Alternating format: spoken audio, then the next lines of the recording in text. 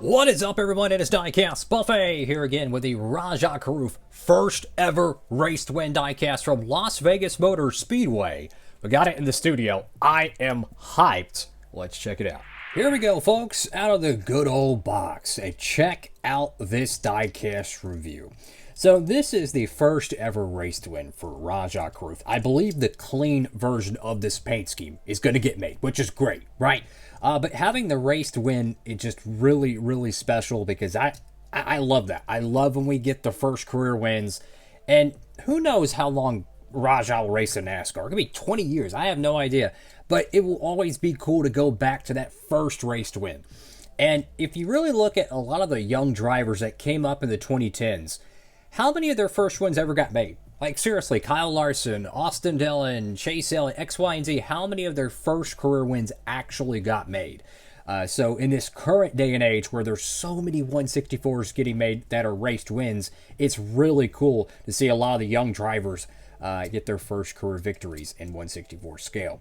So this is the Hendrickcars.com paint scheme that is truly one of the most iconic liveries since the millennium, in all honesty. Got Hendrickcars.com right there on the hood. You got the Craftsman logo. For the front of the diecast here, I have the number 71, which is going to be Michael McDowell's number in the Cup Series. Yeah, everything is changing so quickly in the world. Got ARP right there, Snowco. Spire Motorsports. Go to the left side of the diecast. And again, the clean version of this paint scheme is apparently getting made. So you'll be able to have the raced win and the clean version. If you're a diecast stop motion maker, you have a diecast series, don't worry, you'll be able to get your 71 truck in the field. And if you wanted to get, the number 7 Hendrickcars truck, they have that one as well. So you could have, like a team set. Over to the left side of the truck, you have the number 71, which a lot of people don't know this, but that is the Furniture Row Racing font. I kid you not. Go back to 2017. Look at Eric Jones and Martin Truex Jr.'s car numbers. Exact same font. So it still lives on, even though it's in a Chevy banner, which is weird because they were such a Toyota team their last few years. Got Hendrickcars.com right there. A little bit of racewear grime, from the burnout probably. Got Game Bridge. You have your tape mark around the jack post. The pop rivets, I don't know why, but they're like up and down. I've never seen a side skirt like that. So my theory is it maybe it was actually bent on the real truck. You know how like they go on the apron and it bends the side skirts for an advantage. They intentionally make the trucks lower so when they hit the side skirts on the apron, it bends it out and creates more downforce. Congratulations, you learned something new. I'm kidding, but that's interesting. Got Rajah Caruth right there. Got Chevrolet, Spire Motorsports, Hendrickcars.com, Nations Guard. Got another decal there. I'm not sure what it is. Got a ton of contingencies. Got Goodyear there. Oh, also the splitter is carbon fiber. I love that attention to detail they do on some of these raced wins. You can see the very slight carbon fiber texture. Go to the back end of the truck. Of course, did pick this one up from our good friends at Circle B Diecast. You can too, fellas. You could pick up the raced win truck. You could pick up the clean version. And guess what? You could also get Kyle Larson's raced win from the same weekend.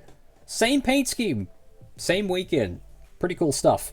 Silverado right there. Chevrolet bow tie. There's a tiny bit of dirt on the back bumper. Maybe it was like a restart or something, and maybe you got scraped there. The trucks are very aggressive at 1.5 mile racing, which is why I love watching them. RST number 71. Go to the right side of the truck, and you can see just a little bit of dirt and grime, especially on that tail light panel. Yes, there's a paint chip there, unfortunately, but it's a raced win, so I'm not worried about it. But you can see that Safety Clean logo. It's partially rubbed off because he probably, for those who don't know, the trucks are actually really skewed out. The real trucks, not the 164 diecast, but the right rear of these trucks are skewed out like a Gen 4 race car. So naturally, it's going to be much easier to tap the right rear of these trucks against the wall compared to maybe a symmetrical cup car that we have in the current Gen 7 era.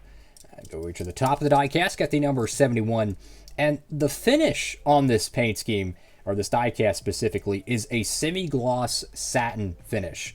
One of the telltale signs of this is like when you see a lot of bubbles like this, and the bubbles are really glossy, but everything else is kind of dull. That's usually a telltale sign that it's a satin finish. The gaps, the thin decal layer, whatever it be, appears a little bit more glossy. And naturally, the Truck Series version of this paint scheme runs that. I think the Xfinity version does as well. But Larson's Cup car is always very glossy. Not really sure why they choose a different, style of finish unless it has a aerodynamical advantage. Now, this is one thing that is not present on the diecast, and I can understand why. So, if you look at the real truck, when it says Caruth on the back window, the R was actually peeling off of the back window, and it actually looked like a letter P. So literally, go look at the photos of it. It actually looked like the R was actually peeling off on the back window panel. So I can understand with it being his first win, they want it to, they want to get his name out there. So I can understand them wanting to edit that. But since it's a raced win, I wish they would have kept that, because it's authentic to the real diecast. I think the 124 scale did get it right. Maybe they just overlooked it for the 164 scale. I'm not sure. But that's what it looked like in Victory Lane. Got respect on both sides of the, what do you call these? The truck bed posts. Chevrolet and Hendrickcars.com. Incredible diecast, guys. If you haven't picked up your Rajah Caruth Spire Motorsports Las Vegas race win, what are you doing? Incredible looking paint scheme. It's awesome, man. And I feel like this is going to be one of those diecasts where it's going to seem like it might be a little bit overproduced, right? Popular guy in the Truck Series. You got one of the best sponsors in NASCAR. You got Hendrick, really helping fund this whole team. From my understanding, this team didn't have full sponsorship, and then Hendrick came on and bought the rest of the year in terms of sponsorship. From what I heard during the race broadcast, I could be, getting that wrong. But what I'm trying to say is that the future is very bright for this driver, and I'm a fan of Rajah. So I hope that he continues to just do well and continue to move up. I think he's phenomenally talented. I mean, he's shown that at GMS, and my point is that I feel like they're going to make a lot of this truck. It's already made in the NASCAR Winner Circle line Wave 2.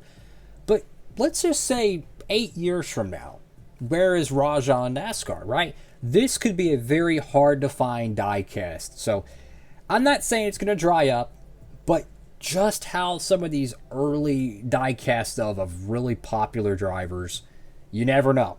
You never know. So I would highly recommend picking up your copy today. Get it when it's brand new. Get it today. You can get the clean version of it as well. Awesome looking paint scheme.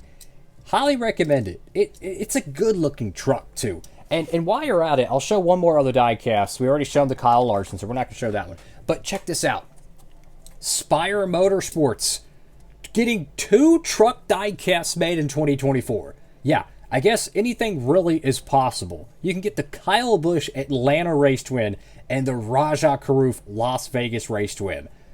Awesome stuff, man. I'm telling you, as a Truck Series collector, these race twin trucks are so freaking cool, man. So make sure to pick up your diecast today. That's all for now.